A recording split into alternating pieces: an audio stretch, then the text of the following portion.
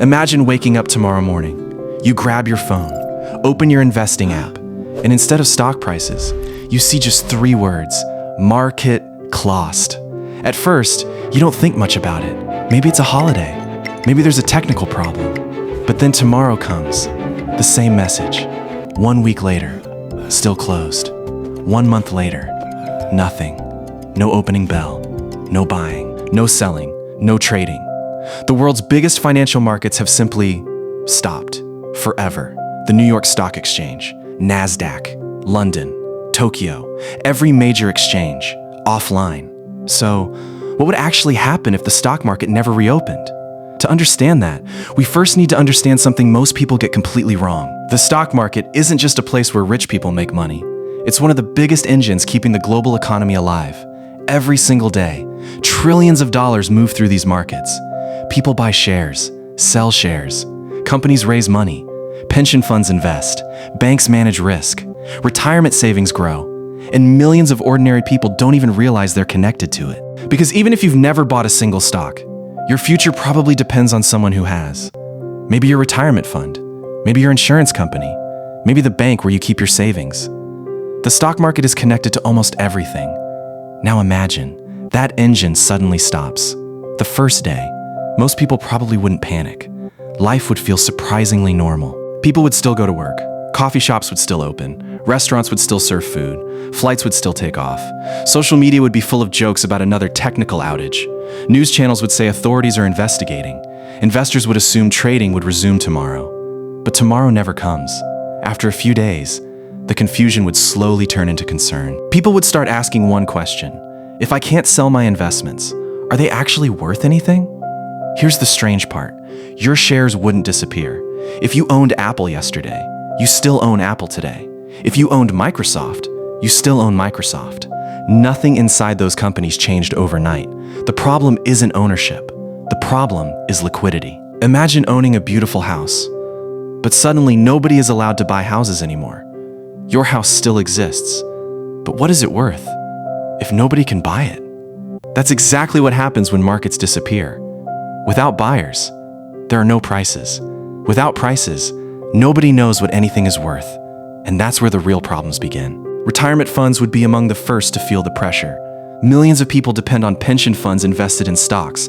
Those funds normally buy and sell investments every day, but now they can't.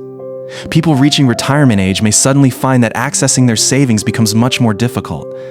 Not because the money vanished, but because the system that converts investments into usable cash has stopped. Insurance companies would face similar problems. Many insurance companies invest billions of dollars in the stock market.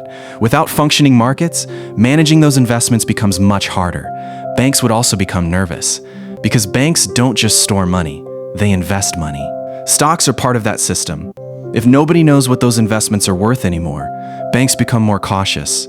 Loans become harder to get. Businesses struggle to borrow money. Growth starts slowing. Then companies themselves would feel the impact. Many businesses rely on the stock market to raise billions of dollars. They issue new shares. Investors buy them. That money builds factories, creates jobs, develops new technology, and expands businesses.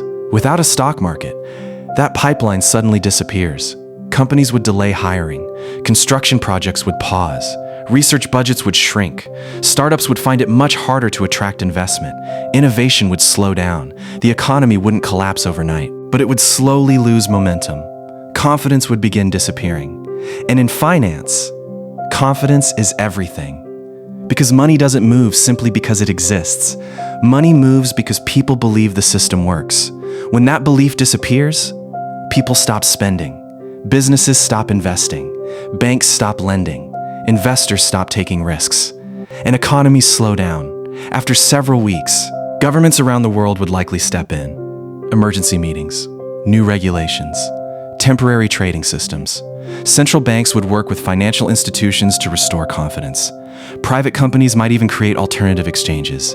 History has shown something important. Whenever financial systems break, humans build new ones.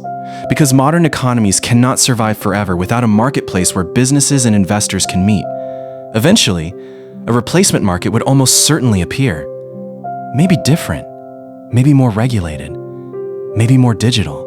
but it would return, because the need for a functioning financial market never disappears. So, would the world end if the stock market never reopened? Probably not. Would your investments instantly become worthless? No. But one of the most important engines of the global economy would suddenly stop turning. Businesses would struggle to grow. Banks would become cautious. Investors would lose confidence. Retirement funds would face uncertainty.